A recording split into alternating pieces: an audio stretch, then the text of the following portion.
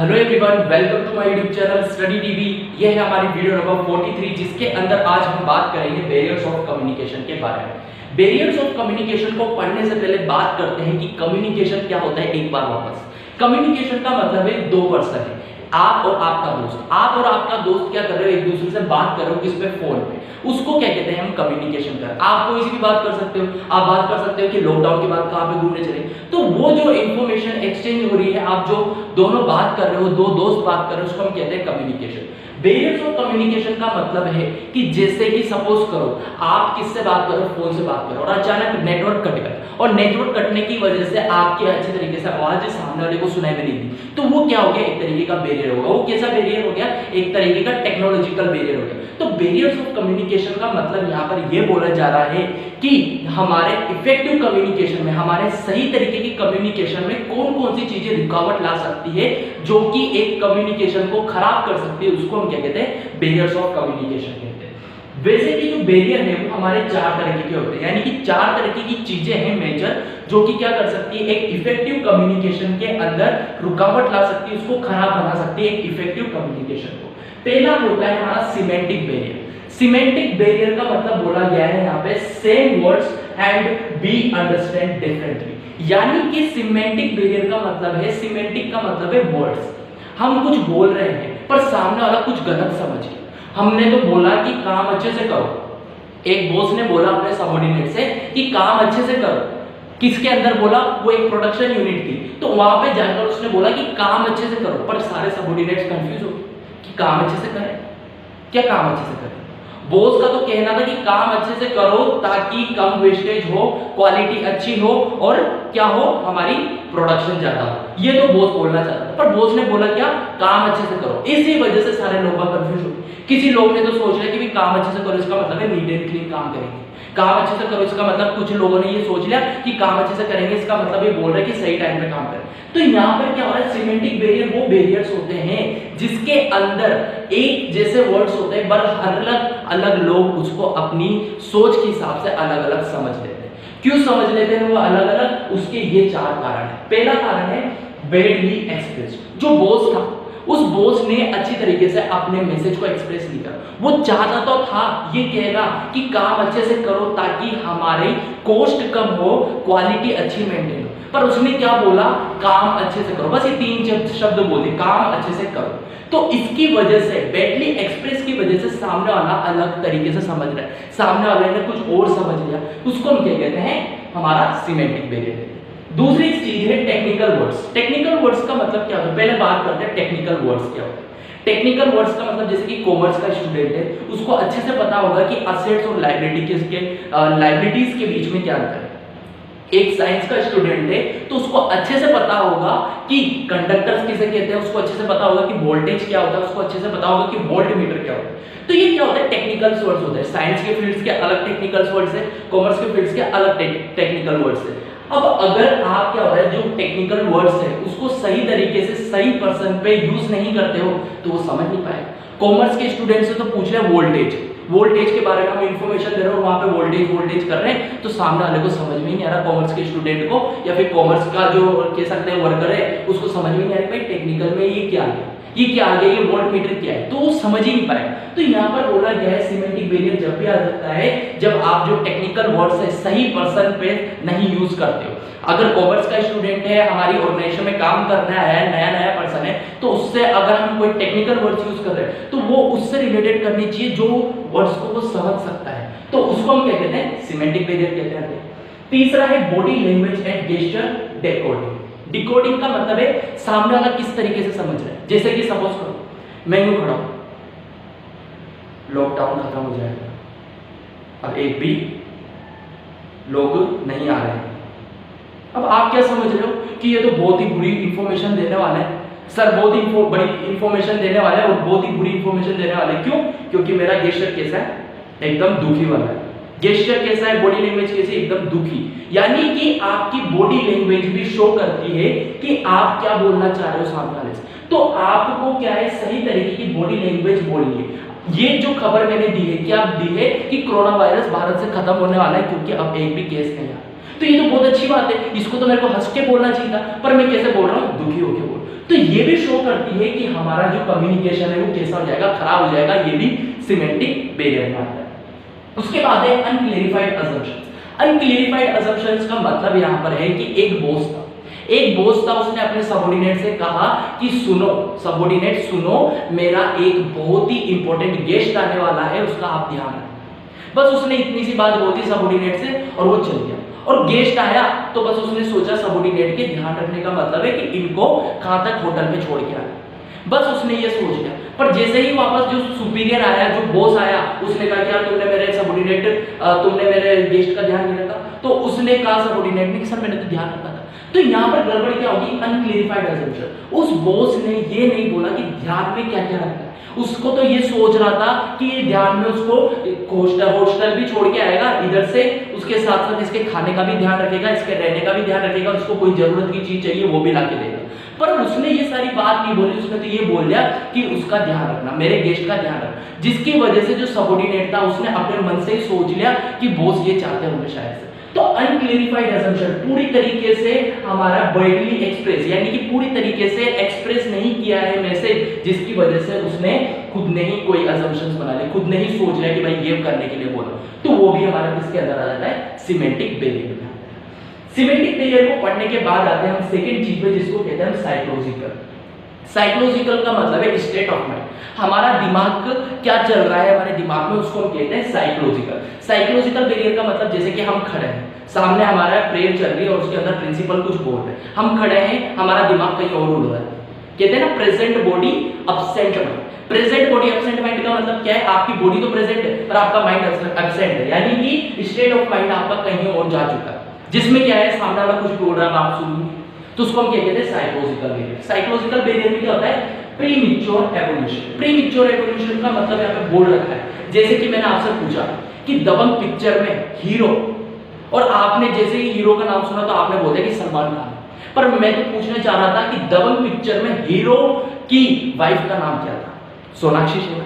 तो यहाँ पर बात हो रही है प्रीमैच्योर एवोल्यूशन का मतलब बोल रखा है कि हमारे कुछ बोलने से पहले, हमारी पूरी बात खत्म करने से पहले ही सामने वाले ने कुछ सोच लिया, समझ लिया और आंसर दे दिया, उसको हम कहते हैं साइकोलॉजिकल बैरियर। दूसरा है लैक ऑफ अटेंशन।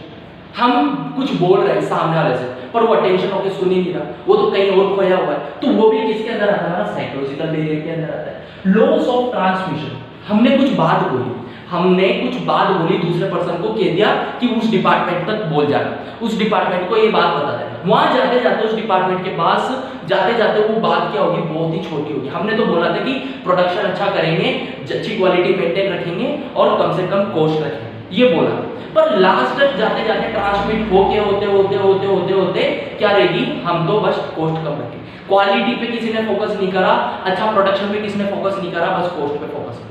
तो यहाँ पर क्या होगा, लॉस ऑफ ट्रांसमिशन का मतलब है कि एक डिपार्टमेंट से दूसरे डिपार्टमेंट पे जा रही है, तीसरे डिपार्टमेंट पे जा रही है, बात जाते जाते उसकी बात का बस एक ही बात रहेगी। हमने तो बोली थी 3 बात कि कॉस्ट कम से कम होनी चाहिए, प्रोडक्शन ज्यादा से ज्यादा होना चाहिए और क्वालिटी अच्छी होनी चाहिए, 3 बात बोली। यहाँ जाते जाते 2 होगी और यहाँ जाते जाते 1 होगी। किसी लोग ने ये खा गया, कोई लोग वो खा गया, उसको हम कहते हैं साइकोलॉजिकल बैरियर। अब बात कर रहे हैं हम हमारे थर्ड बैरियर की, जिसका नाम है ऑर्गेनाइजेशनल बैरियर। ऑर्गेनाइजेशनल बैरियर का मतलब है हमारी ऑर्गेनाइजेशन की कुछ पॉलिसीज है, कुछ रूल्स एंड रेगुलेशंस है, जिसकी वजह से हमारा इफेक्टिव कम्युनिकेशन नहीं हो पा रहा है, उसको हम कहते हैं ऑर्गेनाइजेशन बैरियर। अब ऐसा क्यों हो सकता है, क्योंकि हमारी ऑर्गेनाइजेशन ने क्या पॉलिसी सेट कर ली, सेंट्रलाइज। सेंट्रलाइज का मतलब है कि जितने भी रूल्स एंड रेगुलेशंस बनेंगे, जितने भी डिसीजन मेकिंग होगी, जहां से भी इंफॉर्मेशन आएगी, वो कहां से आएगी, बस टॉप लेवल मैनेजमेंट, यानी कि टॉप लेवल मैनेजमेंट ही सारा काम करेगा, सारे डिसीजंस लेगा। तो मिडिल लेवल मैनेजमेंट और लोअर लेवल मैनेजमेंट को कोई भी फ्रीडम नहीं है, कोई भी राइट नहीं कि कोई भी तरीके का कम्युनिकेशन नहीं कर सकती, कोई भी तरीके की डिसीजन मेकिंग नहीं ले सकती, जिसकी वजह से जो बैरियर हो रहा है उसको हम क्या कहते हैं, हमारा ऑर्गेनाइजेशन बैरियर कहते हैं। दूसरा है स्टेटस। स्टेटस का मतलब manager, departmental manager, division manager, इन मैनेजर्स के पास क्या होती है, हायर अथॉरिटी रहती है। तो ये जो लोअर अथॉरिटी वाले लोग हैं, या फिर कह सकते हैं जो वर्कर्स हैं, जिनके पास जो मिडिल लेवल मैनेजमेंट में वर्क कर रहे हैं, लोअर लेवल मैनेजमेंट में वर्क कर रहे हैं, उनकी बात को अच्छे से नहीं सुनते, उनकी बात को इग्नोर करते हैं, उनसे सोचते हैं कि अरे यार ये तो पागल है, ये तो अच्छी तरीके से इंफॉर्मेशन नहीं दे सकता, इसकी मैं बात नहीं सुनूंगा। तो इसकी वजह से, स्टेटस की वजह से, ईगो की वजह से जो बैरियर हो रहा है उसको हम कहते हैं ऑर्गेनाइजेशनल बैरियर।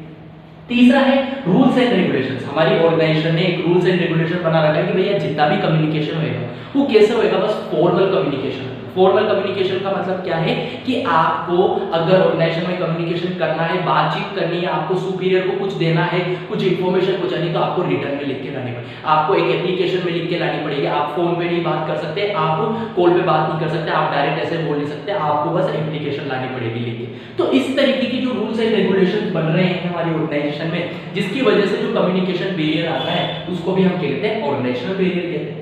उसके बाद है फोर्थ है ऑर्गेनाइजेशन फैसिलिटीज। हमारी ऑर्गेनाइजेशन में कोई भी मीटिंग की फैसिलिटी नहीं जिसके अंदर लोग खुल के अपनी प्रॉब्लम को बताएं, कोई भी कंप्लेन बॉक्स नहीं है जिसके अंदर अपना लेटर वो डाल दे और उस कंप्लेन को देखा जाए, उसको सोल्व किया जाए, कोई भी सजेशन बॉक्स नहीं है कि भैया ऑर्गेनाइजेशन में ये सही चलना नहीं है, आप इसको चेंज करो। तो ऐसा कुछ भी नहीं है जिसकी वजह से जो प्रॉब्लम्स आ रही है, जिसकी वजह से जो बैरियर्स क्रिएट हो रहे हैं, उसको भी हम क्या कहते हैं, ऑर्गेनाइजेशन बैरियर्स कहते हैं। अब आता है हमारा पर्सनल बैरियर, जिसको हम कहते हैं सेंडर रिसीवर, इनकी वजह से होने वाली जो गलतियां हैं, जिसकी वजह से हमारा कम्युनिकेशन बैरियर हो रहा है, उसको हम क्या कहते हैं, पर्सनल बैरियर कहते हैं। पर्सनल बैरियर के अंदर पहली चीज है fear of challenge to authority. हमारे बॉस ने हमसे कुछ कह दिया, हमारे बॉस ने हमको इंस्ट्रक्ट दे दिया कि इस तरीके से काम करना है, पर हम जब काम कर रहे हैं तो हमको लग रहा है कि सर इससे ज्यादा वेस्ट हो रहा है, तो हम सर से क्या नहीं कर पा रहे, जवाब नहीं दे पा रहे कि सर आप गलत हो, जिसकी वजह से क्या हो रहा है, जो डर हमको सता रहा है कि नहीं हम वो नहीं बोल सकते, उसको हम क्या कहते हैं, fear of challenge to authority. Second है lack of confidence of superior on his subordinate. हमारा जो सुपीरियर है ना, वो हम पे क्या नहीं करता, भरोसा नहीं करता, अरे यार ये नहीं कर पाएगा, मैं एक काम करता हूँ किसी और से बोलता हूँ। तो बहुत सी बार हमारा बॉस ऐसा लगता है उसको कि नहीं यार ये पर्सन नहीं कर पाएगा, इसको नहीं बताएंगे, उसको बताएं। तो इसकी वजह से जो बैरियर क्रिएट होता है, जो कम्युनिकेशन का बैरियर क्रिएट होता है, उसको हम कहते हैं पर्सनल बैरियर। तीसरा है unwillingness to communicate. Unwillingness to communicate का मतलब है किसी की इच्छा नहीं करें कम्युनिकेट करने। किसी की इच्छा क्यों नहीं कर सकती है कम्युनिकेट करने की? सपोज करो कोई डिमोटिवेट है, कोई डिमोटिवेट है तो उसका मन नहीं लग रहा कि अरे यार छोड़ो रे यार, काम जैसा हो रहा है होने दो, अरे यार छोड़ो यार, कोई मैं तो नहीं बता रहा। तो अपने मन की वजह से, अनविलिंगनेस, अपने मन की वजह से कोई किसी से कम्युनिकेट नहीं कर रहा, तो वो भी क्या होता है, हमारा पर्सनल बैरियर के अंदर आता है। लास्ट है हमारा lack of proper initiatives. Lack of proper initiatives का मतलब यहाँ पे बोल रखा है कि एक पर्सन है हमारी ऑर्गेनाइजेशन में जो कि इंचार्ज रोल वर्क कर रहा है, और पिछले 10 सालों से जो भी छोटी सी छोटी मशीन में प्रॉब्लम आती थी वो हमको भाग के आके क्या करता है, कम्युनिकेट करता है और उसको सही करवाता है और कंपनी को बड़े बड़े लॉसेस से बचाता है। पर हम क्या कर रहे हैं, उसको कोई भी इनिशिएटिव नहीं दे रहे, कोई भी उसको बोनस नहीं दे रहे, कोई रिवॉर्ड नहीं दे रहे, कोई उसकी सैलरी इंक्रीमेंट नहीं कर रहे, कभी भी उसको हम कांग्रेचुलेट नहीं कर रहे हैं, उसकी बढ़ाई नहीं कर रहे। तो उसकी वजह से क्या होता है, जब उसको इनिशिएटिव नहीं मिलता तो वो डिमोटिवेट हो जाता है और क्या करता है, जो कंपनी की इंफॉर्मेशन होती है इंपॉर्टेंट, उसको वो आगे शेयर करने से रोक देता है। तो उसकी वजह से जो हमारा पर्सनल बैरियर क्रिएट हो रहा है उसको हम कहते हैं लैक ऑफ प्रॉपर इनिशिएटिव। अगर आप लोगों को उनके काम का इनिशिएटिव नहीं दोगे, उनकी जो रेस्पॉन्सिबिलिटी उन्होंने काम करा है उसका इनिशिएटिव नहीं दोगे, उन्होंने जो इंपॉर्टेंट बात आपको बताई उसका इनिशिएटिव नहीं दोगे, तो वो डिमोटिवेट हो जाएगा और अगली बार वो आपको वैसी बात नहीं बताए। उसको हम कहते हैं पर्सनल कम्युनिकेशन का बैरियर कहते हैं। इसके बाद बात करते हैं कि अगर ये बैरियर्स है तो इनका सॉल्यूशन क्या है। अगर ये हमारे क्या है, बैरियर्स है, तो इनका सॉल्यूशन क्या है, किस तरीके से इन बैरियर्स से हम बच सकते हैं। तो वो है हमारे ये पॉइंट्स, ये चीजें हैं क्या बोलती है, इंप्रूविंग कम्युनिकेशन इफेक्टिव। अगर आपकी ऑर्गेनाइजेशन में बैरियर्स है उनको आपको खत्म करना है, तो आप इन चीजों को ध्यान में रखें, इन चीजों को माने, इन चीजों को फॉलो करें, जिससे क्या होगा, आपका कम्युनिकेशन अच्छा हो। क्या है देख लेते हैं। Clarify the idea before communicate. जब भी आपको कम्युनिकेट करना है, जब भी आपको क्या करना है, एक पर्सन को दूसरे पर्सन को कुछ इंफॉर्मेशन देनी है, तो उससे पहले आप क्या कर लो, क्लेरिफाई कर लो, अच्छी तरीके से दिमाग में सोच लो कि मुझे क्या बोलना है, क्या बोलना है सामने वाले से। ऐसा नहीं है कि आपने कुछ भी नहीं सोच के गए और बोलने लगे, और बोलते ही आप क्या हो गए, आपकी ऑथोरिटी के सामने हकला गए, या फिर कह सकते हैं कि आपकी ऑथोरिटी के सामने आपने कुछ और ही बोल दिया, जिसकी वजह से वो गुस्सा हो गया। तो आप क्या है, सबसे पहली चीज है कि clarify the idea before communicate. जब भी आपको कुछ बोलना है तो आप पहले से प्रिपेयर हो लो कि मुझे क्या क्या बोलना है, उसको हम कहते हैं पहला, जिसकी वजह से आप सही कम्युनिकेट करो। दूसरा है communicate according to needs of receiver.